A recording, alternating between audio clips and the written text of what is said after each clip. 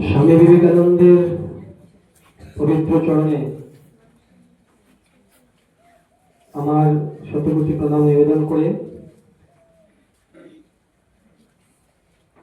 এই কথাই বলছি যে স্বামী বিবেকানন্দ শুধু একজন মানুষ হিসেবে জন্ম নিয়েছিলেন তা যদি আমরা ভাবি তাহলে আমরা অনেক বড় ভুল করে বসব। ওই সময়ে যখন ভারত পরাধীন ছিল 1863 সাল, ওই সময়ে এক যুবক মাত্র 30 বছর বয়সে ভারতীয় বৈদিক সত্তা, বেদান্ত, উপনিষদ এবং হিন্দুত্বের বাণী, ভারতবর্ষের ঐতিহ্যের কথা সমস্ত পৃথিবীতে ছড়িয়ে দেওয়ার মতো সাহস, ছড়িয়ে দেওয়ার মতো সেই ক্ষমতা যার ছিল, এবং যিনি কোটি কোটি মানুষের প্রেরণা স্রোত, যিনি কোটি কোটি বাঙালির মান, অভিমান, কোটি কোটি ভারতীয়র গৌরব এবং সমস্ত পৃথিবীর সামনে এক উজ্জ্বল আদর্শ, তাকে যদি আমরা শুধু একজন মানুষ হিসেবে বলি তাহলে আমরা অনেক বড় ভুল করে বসব। ওই যুগে উনি একজন অবতার। আমরা মনে করি যখন আমরা দেখি স্বামী বিবেকানন্দের এই গেরুয়া বেশ, তো আমরা ভাবি উনি শুধু সাধু, সন্ত, সন্ন্যাসী। তা বললে হবে না। আপনারা যদি উইকিপিডিয়াতে দেখেন, ওখানেও লেখা আছে he was a patriotic saint। উনি দেশের কথা আগে বলেছেন এবং দেশকে উদ্ধার করার জন্য, হিন্দুদের উত্থানের জন্য, এই সমস্ত ভারতের উত্থানের জন্য উনি এই গৈরিক বেশ ধারণ করেছিলেন। সাধু সন্ত অনেক রকমের হয়, ম্যাক্সিমাম যারা সাধু হয়ে যান নিজের স্বার্থের জন্য। স্বার্থটা কিরকম? উনি হয়তো মুক্তি লাভ করবেন, উনার যে ভক্তির ধারা আছে সেই ভক্তির মাধ্যমে উনি মুক্তি লাভ করবেন, এটাই বহু সংখ্যক সাধুদের উদ্দেশ্য থাকে। কিন্তু স্বামী বিবেকানন্দ এই গৈরিক বেশ তার জন্য ধারণ করেননি। উনি করেছিলেন যাতে হাজার হাজার যুবক, he was very particular about that youth, he was targeting the youth। Bharat তখন পরাধীন ছিল, মনে রাখতে হবে। ব্রিটিশ সরকারের যে অত্যাচার, ব্রিটিশ সরকারের যে আগ্রাসন, আমাদের সার্বভৌমত্ব, আমাদের সংস্কৃতি, আমাদের ধারা, আমাদের কৃষ্টি সবকিছুর উপরে যে আক্রমণ চালিয়েছিল, তার বিরুদ্ধে রুখে দাঁড়ানোর জন্য স্বামী বিবেকানন্দ চেয়েছিলেন যাতে আরো এরকম, উনি বলেছিলেন 100টা ছেলে চাই, 100। he was talking about only 100। যেমন আমরা এখানে দাঁড়িয়ে আছি, অনেক ছাত্র আমরা দাঁড়িয়ে আছি, কিন্তু অনেকেই আমরা শুনছি না। ঠিক ওই রকম স্বামী বিবেকানন্দ যখন বলছিলেন অনেকেই শুনেননি। উনার 39 years of age, he had to bid adieu to this world। 30 বছর বয়স একটা যুবক, আমাদের এখানে অনেক যুবক আছে এখন ওই বয়সে জানেই না ও জীবনে কি করবে কি না।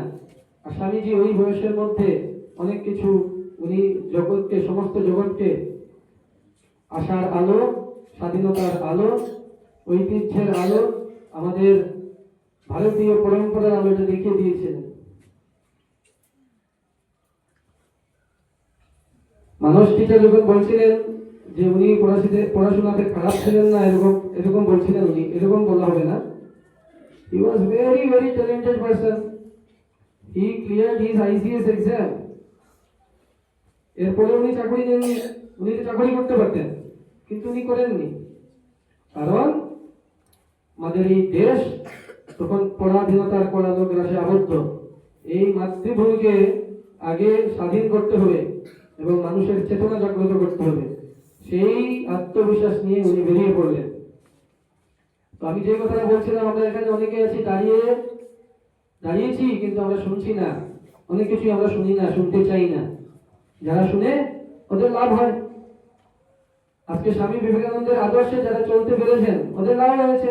একটা দৃষ্টান্ত আমি দিচ্ছি, আমাদের এখানে ভারতবর্ষের যে সর্বোচ্চ পদে যিনি আসীন, ভারতের প্রধানমন্ত্রী নরেন্দ্র মোদীজি, আপনারা সবাই জানেন যে উনি কিভাবে স্বামী বিবেকানন্দের দর্শনকে নিজের জ্ঞান দিয়ে, নিজের জীবন, নিজের শরীর সবকিছুতে ধারণ করেছেন।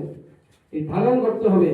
আমরা শুধু স্বামী বিবেকানন্দের জন্মদিনে শ্রদ্ধার্ঘ নিবেদন করলাম আর তারপর আমরা সব ভুলে গেলাম। যেমন আজকে অনেকেই জানেন যে স্বামীজির জন্ম জয়ন্তী এখানে পালন হবে, এই জন্য অনেক ছাত্র আমি দেখছি কম, অনেক টিচারও আসেননি। আপনারা চিন্তা করে দেখুন, যখন দেশ পরাধীন ছিল তখন উনি ওয়ার্ল্ড পার্লামেন্ট অফ রিলিজিয়ন উনি গিয়েছেন, যেটা আমার টিচার বললেন যে কতবার রিকোয়েস্ট করার পর উনি একটু সময়ের জন্য চান্স পেয়েছিলেন, এবং তারপর উনি যে বক্তৃতা ওখানে দিলেন, তারপর ওনার ব্যাপারে ওখানে লেখা হলো Washington টাইমসে that he was an orator by divine right। বুঝা গেছে শব্দটা কি? he was not a very strong orator, বলছেন he was an orator by divine right। তো ওনার তো বলাই উচিত he got his right, ওনার অধিকারটা উনি স্বর্গ থেকে লাভ করে এসেছেন। এইরকম ক্ষমতাশালী একজন আমাদের ভারতের একজন সন্ন্যাসী, কি ইংলিশ আর কি ভয়েস, শোনার পরে মানুষ ওখানে যারা ছিল ওদের শরীরে শিহরণ দিয়ে উঠেছিল। কত লোক ওই শিকাগো ভাষণের পরে ওনার শিষ্যত্ব গ্রহণ করেছে। আমরা কি করছি? আমরা ওনাকে নিয়ে চর্চা করছি না, পড়াশোনা করছি না। এবং এটাও লেখা হয়েছিল ওই কোটেশনের সঙ্গে যে he was an orator by divine right and the greatest in the world parliament। ওরা বলেছিল যখন আমরা পরাধীন দেশ তখন ওরা বলেছিল he was the greatest। কত পাওয়ারফুল স্পিচ দেওয়ার পরে আমেরিকার মানুষ, ওইখানের মিডিয়া, ওরা এই কথাটা একটা পরাধীন ভারতের মানুষের ব্যাপারে, যে উনি সন্ন্যাসী, যিনি কোট করে যাননি, এইরকম বৈদিক পোষণ করে গিয়েছিলেন, ওনার ব্যাপারে এই কথাটা ওরা বলতে পেরেছিল। নরেন্দ্র মোদী ওনার আরো আছেন, আমি শুধু একটা এক্সাম্পল দিলাম। উনি আজকে এই পদে আসীন হয়েছেন কারণ উনি স্বামীজিকে ধারণ করেছেন। আমরা শুনি না, কোটি কোটি মানুষ ওনার ব্যাপারে শুনেনি, শুনতে চায় না, এই জন্য আমরা কীট পতঙ্গের মতো মরব। আমাদেরকে মনে রাখবে না কারণ আমরা শুনতে চাইনি, শিখতে চাইনি। এখনো সময় আছে। এই জন্য যুব সমাজকে আমরা যারা এখানে দাঁড়িয়ে কথা বলছি, আমাদের শুধু এটাই কাজ যে স্বামীজি যদি আজকে জীবিত থাকতেন তাহলে এই কথাগুলো শোনা যেত। তখন আমাদের বই পড়তে হবে, বই তো তোমরা পড়বে না। এই জন্য এইসব প্রোগ্রামে আসতে হয়, দুটা মানুষের কথা শুনতে হয়। যদি একটা কথা শুনে যাই তবুও আমাদের একটা লাভ হলো। এই জন্য বলছি এখনো সময় আছে। যদি জীবনে বড় হতে চাও তাহলে স্বামীজির যে ওনার বইপত্র আছে, ওনার চিঠি আছে, ওনার অনেক বক্তৃতা সংকলন আছে, এগুলা পড়ো।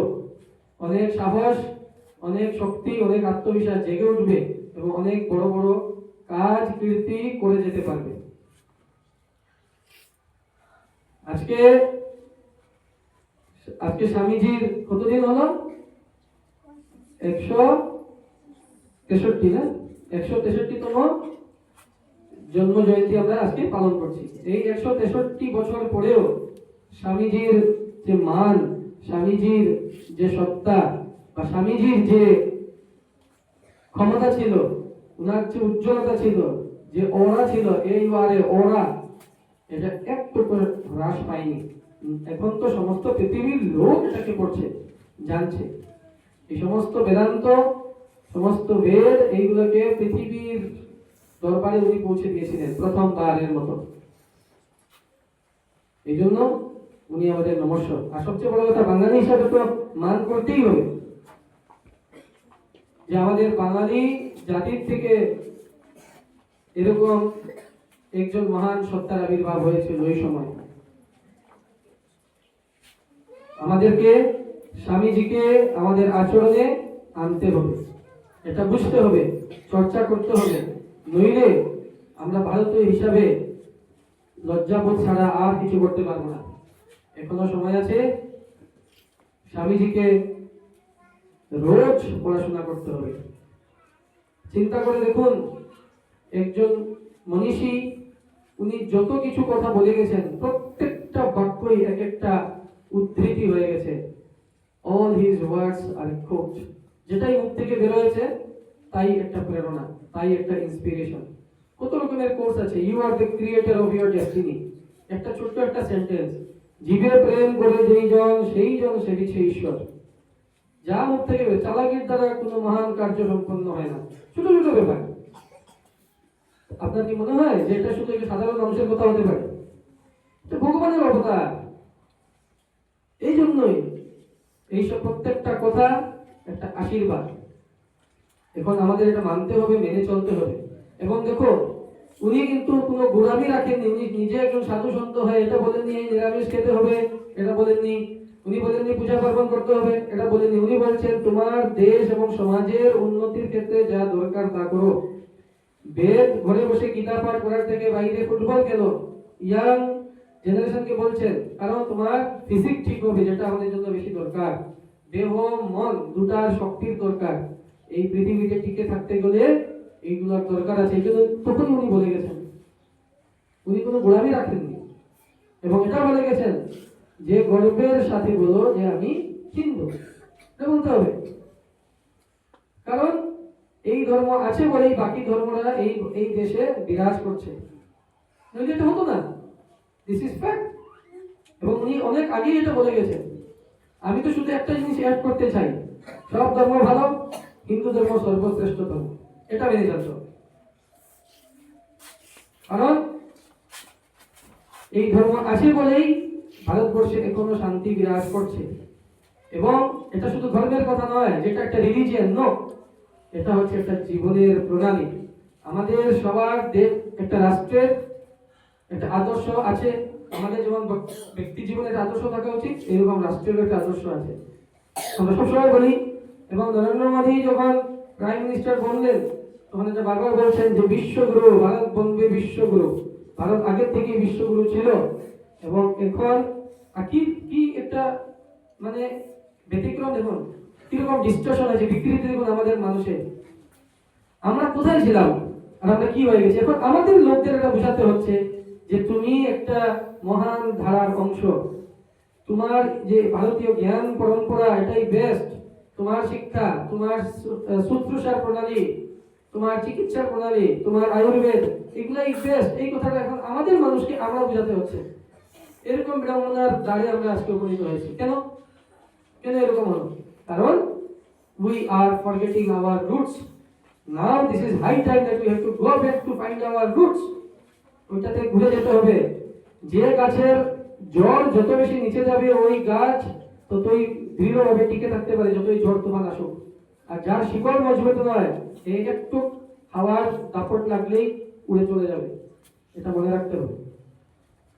এজন্য যারা যুব সমাজ আছে, এখন তোমরা যারা ইয়াং বড় হবে, তোমাদের কাছে এই দেশের উন্নতির ভার, এটাকে এই দায়িত্বটা পালন করতে হবে।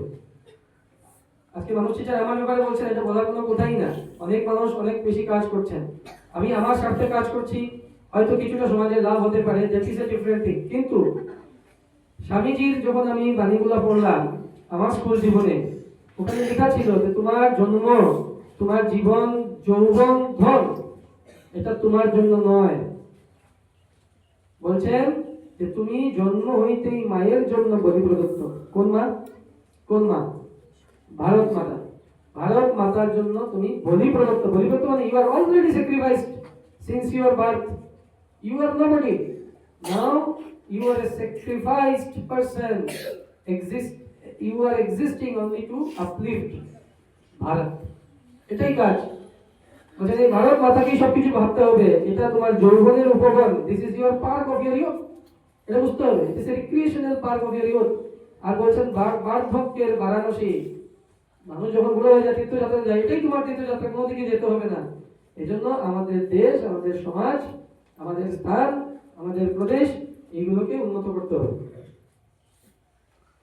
এই জন্য স্বামী বিবেকানন্দের প্রত্যেকটা কথাকে ধারণ করার চেষ্টা করবে। আমি জানি এখানে অনেকেই করবে না, কিন্তু যদি একজন এখান থেকে করে তবেই আমরা সফল হতে পারবো। একজনও করলে হবে। এবং যার যার জন্য যা যা চিন্তা করো, যে আমি কি হতে চাই। স্বামীজি বলেছিলেন, you are the creator of your destiny. তুমি তোমার নিয়তিটাকে নিজেই মানে তোমার ভাগ্য তুমিই লিখবে। এখন যদি তুমি পোকা মাকড় কীট পতঙ্গের মতো মরতে চাও তাও হতে পারো, আর তুমি যদি উজ্জ্বল জ্যোতিষ্কের মতো বড় মানুষ, নরেন্দ্র মোদীর মতো মানুষ, স্বামীজির মতো আরো বড় কিছু হতে চাও তাও হতে পারবে। All is in your hand, সব নিজের হাতে। এখন তুমি কিভাবে তোমার নিয়তিটাকে কাজে লাগাচ্ছ, কিভাবে জ্ঞান আহরণ করছো, কিভাবে ধারণ করছো, এটা তোমার ব্যাপার। এজন্য আর যদি কোনো লক্ষ্য স্থির হয়ে থাকে তাহলে কি বলছেন, awake, arise and stop not till the goal is reached, এটা বলছেন।